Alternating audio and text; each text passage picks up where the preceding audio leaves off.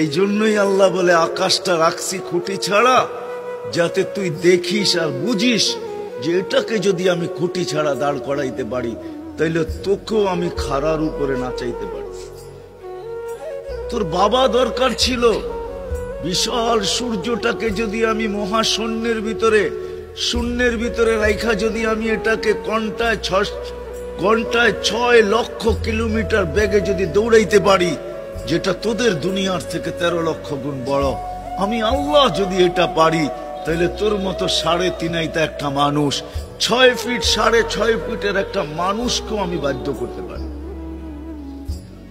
আল্লাহ বাধ্য করার হাজারো নিদর্শন আমাদের সামনে দিয়া দিছেন, কিন্তু আল্লাহ বলে তোকে আমি বাধ্য করব না, তোকে বুঝাবো। বিদায় আল্লাহ বুঝাইতেছেন আমাদেরকে। বিদায় কথা যেখানে শুরু ওইখানে আবার যেতেছি, যাতে বুঝে আসে।